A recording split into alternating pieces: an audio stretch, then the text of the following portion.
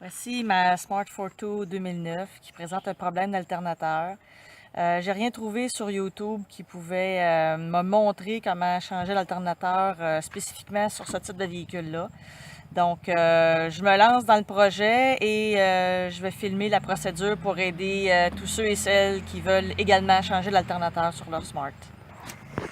La façon dont j'ai déterminé que c'est mon alternateur qui était problématique, toutes mes lumières allumaient dans mon tableau de bord. Et puis, lorsque j'ai fermé le moteur, je n'étais plus capable de le rallumer ensuite. Donc, ce que j'ai fait, c'est que je suis allée chercher la batterie. J'ai vérifié son voltage. Le moteur éteint était à 12 points et quelques. Puis même lorsque je partais le moteur, elle restait à 12. Donc, elle était supposée monter à 14. Là. L'ultime test que j'ai fait, j'ai parti le moteur et puis j'ai enlevé le pôle négatif de la batterie parce qu'il était plus facile à enlever que le pôle positif. Dès que j'ai enlevé le pôle négatif, le moteur s'est éteint.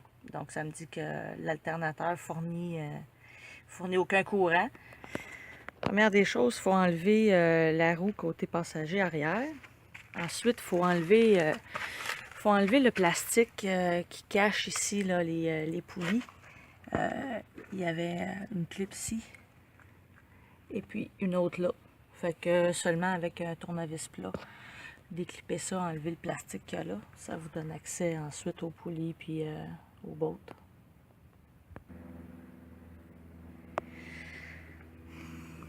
L'alternateur, il y a une botte à défaire ici, celle-là ici. Pour ça, il va falloir enlever la braquette de support de moteur.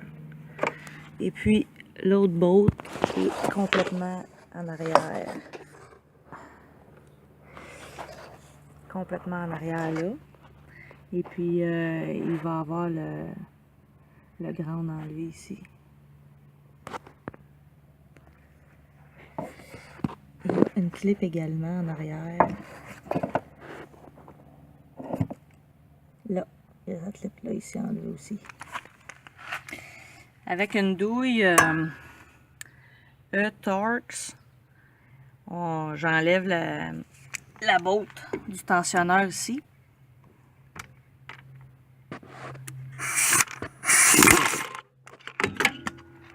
Dans mon cas, à moi, le tensionneur s'est enlevé au complet parce qu'il n'a pas loussé. Je ne sais pas s'il est figé ou quoi, là, mais je l'ai enlevé au complet. La douille que j'ai utilisée, c'est une E-Torx 14. J'ai enlevé la courroie, je l'ai inspectée. Et puis, en faisant le tour, j'ai remarqué qu'elle était craquée ici. Là. Donc, la courroie va être à changer. Bon, j'ai réussi à lousser la première botte ici d'alternateur, qui est une 12 mm.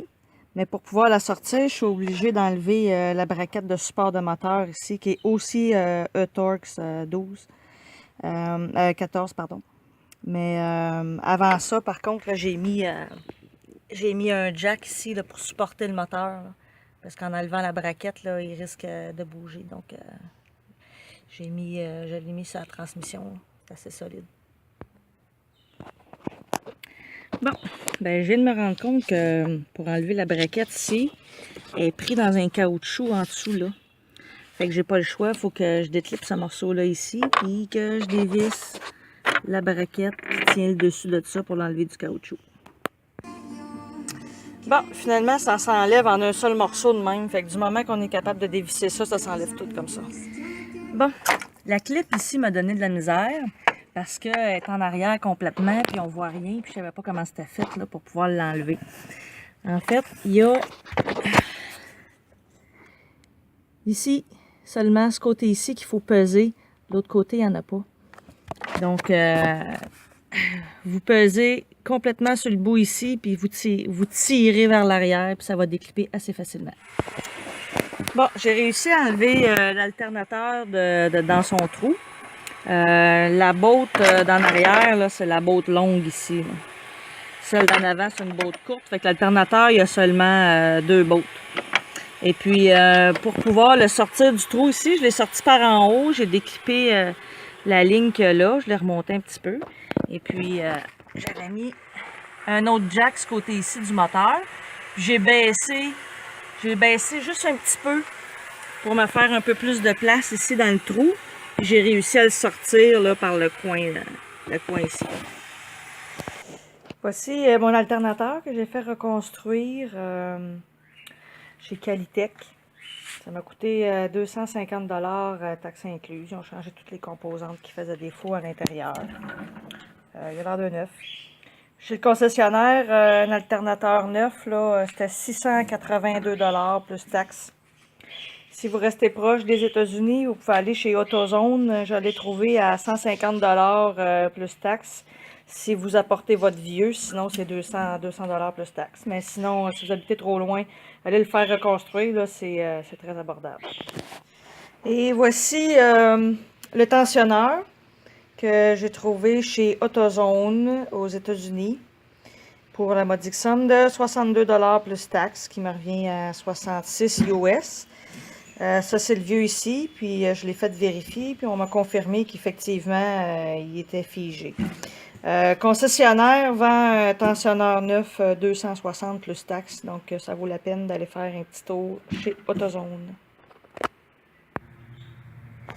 Installer la courroie en premier. Donc, mettez la courroie autour de toutes les poulies. Ensuite, vous mettez le tensionneur parce que la strap doit passer en arrière de la poulie du tensionneur. Donc, si vous avez mis le tensionneur en premier, vous ne serez plus capable de mettre la strap en arrière. Fait que mettez la strap en premier, puis ensuite le tensionneur. Bon, quand votre courroie est installée, ensuite on va enlever la petite pine ici pour pouvoir laisser le tensionneur faire son travail.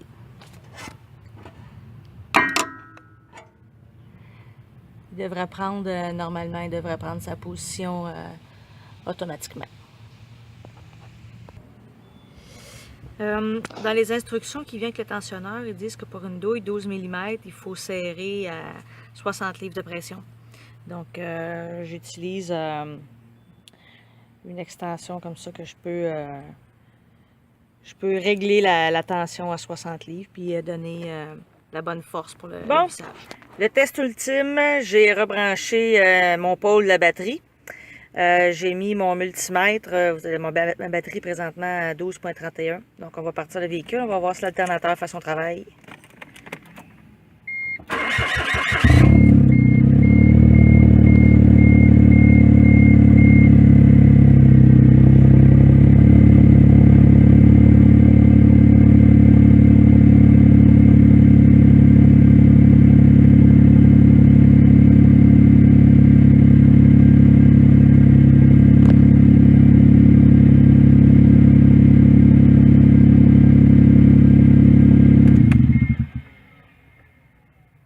C'est concluant. Quand j'ai voulu redémarrer la voiture tout à l'heure en rebranchant la batterie, lorsque je mettais ma clé à on, toutes les lumières s'allumaient, mais au lieu du P ici, j'avais 3 barres horizontales. Et puis lorsque j'essayais de démarrer le véhicule, ça ne démarrait pas, il n'y avait absolument rien qui se passait. J'entendais le relais faire clic-clic, mais le moteur ne démarrait pas. Et puis j'avais un bip sans arrêt. Je vais vous expliquer ce qu'il faut faire si ça vous arrive, parce que ça m'a pris beaucoup de temps avant de le découvrir.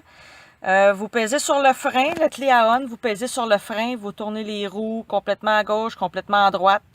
Ça va donner l'indication à l'ordinateur de base sur quelle position est le bras de vitesse.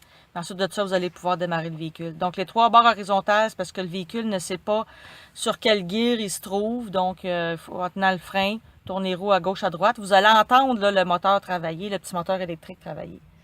Et puis, ça résout le problème. Et voilà, le travail est terminé. Ça s'est bien passé. Prévoyez 4 à 5 heures de travail, je vous dirais. Là. Le démontage, en ce qui me concerne, a été plus long parce que je ne savais pas tellement comment m'enligner. Pour remonter, ça a été beaucoup plus simple, mais avec de la patience et de la minutie, vous allez sauver beaucoup d'argent et ça se fait très bien.